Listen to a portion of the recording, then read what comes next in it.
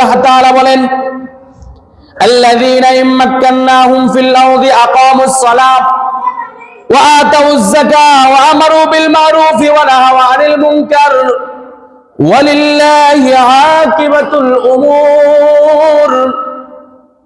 আল্লাহ তাআলা কোরআনের ভিতরে আদেশ দিচ্ছে, যাদেরকে আমি ইসলামী রাষ্ট্র, ইসলাম প্রতিষ্ঠার জন্য যাদেরকে আমি শাসক বানিয়েছি, ইমানদার শাসক বানিয়েছি, ইমানদার নেতা বানিয়েছি, তাদেরকে আল্লাহ তাআলা চারটা কাজের জন্য বলেছেন, চারটা দফার উপর তাদেরকে আদেশ দিয়েছেন। সর্বপ্রথম বলেছেন, আল্লাযীনা ইম্মাক্কান্নাহুম ফিল আরদি আকামুস সালাহ, রাষ্ট্রীয়ভাবে সারা দেশের ভিতরে সুন্দর মতো নামাজ কায়েম করার একটা নীতি নির্ধারণ করা। সুবহানাল্লাহ। নামাজ কায়েম করার একটা নীতি নির্ধারণ করা। যখন কোন ইমানদার কোন রাষ্ট্রের শাসক হবে, তখন আমার এই চারটা দফা মানতে হবে, আমার এই চার দফার উপর কাজ করতে হবে। সর্বপ্রথম সারা দেশের ভিতরে নামাজ প্রতিষ্ঠার জন্য, তারা কায়েম করার জন্য তারা নির্দেশ দিতে হবে। দ্বিতীয় নাম্বার হলো ওয়া আতাউয যাকাত, তারা যাকাতের একটা মন্ত্রণালয় রাখবে। যাকাতের একটা কি রাখবে?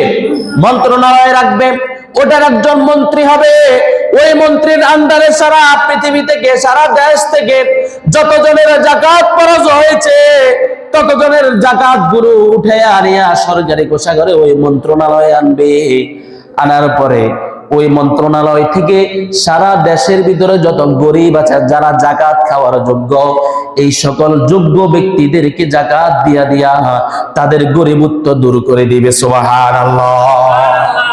এটা একজন সরকারের দায়িত্ব। কার দায়িত্ব? কে দিয়েছেন? আল্লাহ দিয়েছেন। বলে চার দফার উপর কাজ করতে হবে। ইসলামী সরকার যদি হয়, ইমানদার সরকার যদি হয়, নামাজের আদেশ দিবে, এরকম ভাবে তারা যাকাত আদায়ের জন্য তারা নির্দেশ দিবেন এবং সুন্দরভাবে যাকাত গুলো বন্টন করবেন। আমি তো মনে করি এই সিস্টেমে যদি কোন সরকার যদি যাকাতের একটা ফান্ড রেখে কোন দুর্নীতি না করে সুন্দর মতো যদি যার হক তাকে বুঝিয়ে দেওয়া হয়, এইভাবে 5 বছর 10 বছর যদি সুন্দরভাবে যাকাত গুলো প্রদান করে, দেশের ভিতরে কোনো গরিব থাকার কথা ছিল না। ঠিক না বেঠিক? কোনো গরিব থাকার কথা নয়। শহরে বন্দরে গেলে দেখা যায় কত অসহায় মানুষগুলো এমন বাজে রাস্তার পাশে শুয়ে থাকে, কত অসহায় অবস্থায় শুয়ে থাকে। আমি আপনি কত কম্বল একটা নষ্ট হয়ে গেলে, একটু পুরাতন হয়ে গেলে এই কম্বল আমি আর ব্যবহার করতে চাই না। তোষকটা যখন পুরাতন হয়ে যায়, আবার এটারে ধুনাইয়া সুন্দর করে নতুন করে আনি কিনা। বিছানা চাদর যদি সামনের রুমে যদি বিছানা চাদরটা একটু নোংরা থাকে, হয়তো দুই পরিষ্কার করে ছিঁড়ে যাইলে নতুন একটা কিনে আনি।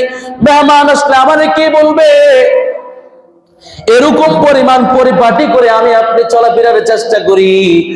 আর ওই যে শহরে বন্দরে রাস্তা আনাচে কানাচে তেনা বিছাইয়া বিছাইয়া তেনা গায়ে দিয়া দিয়া কত মানুষ অসহায়ত্ব অবলম্বন করতেছে। এই সকল মানুষগুলোর যদি যাকাতের ফান্ড থেকে একটা বিটা কিনিয়া যদি সুন্দর মতো ঘর করিয়া একটা ভাতা নির্ধারণ করিয়া দিত যাকাত ফান্ড থেকে, তাহলে কি আপনি ওই মানুষগুলো এই দুরবস্থায় থাকতো?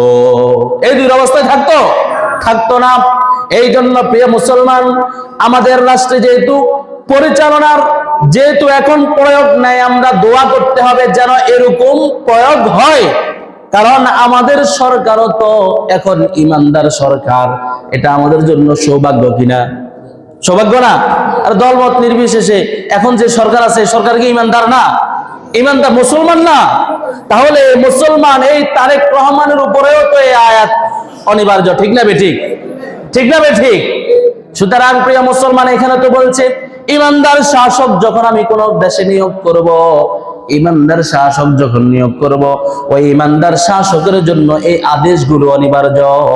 নামাজ কায়েম করার জন্য সারা দেশে অনুমতি দিবে, যাকাত প্রদান করার জন্য অনুমতি দিবে এবং সৎ কাজের আদেশ দেওয়ার জন্য অনুমতি প্রদান করবে, অসৎ কাজ থেকে বাধা প্রদান করার জন্য যত রকম যত প্রয়োগ করার দরকার সবকিছু প্রয়োগ করবে।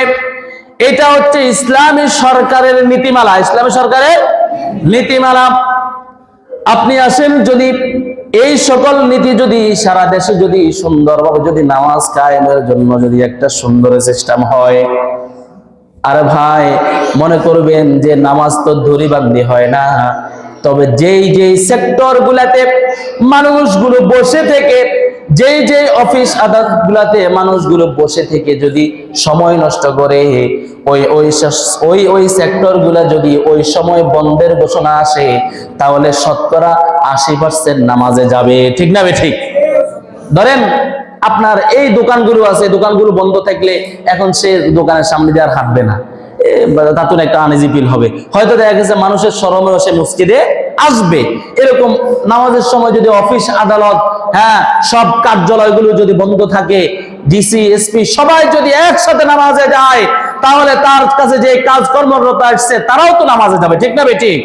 বিধর্মীরা বিধর্মীদের হালতে থাকবে।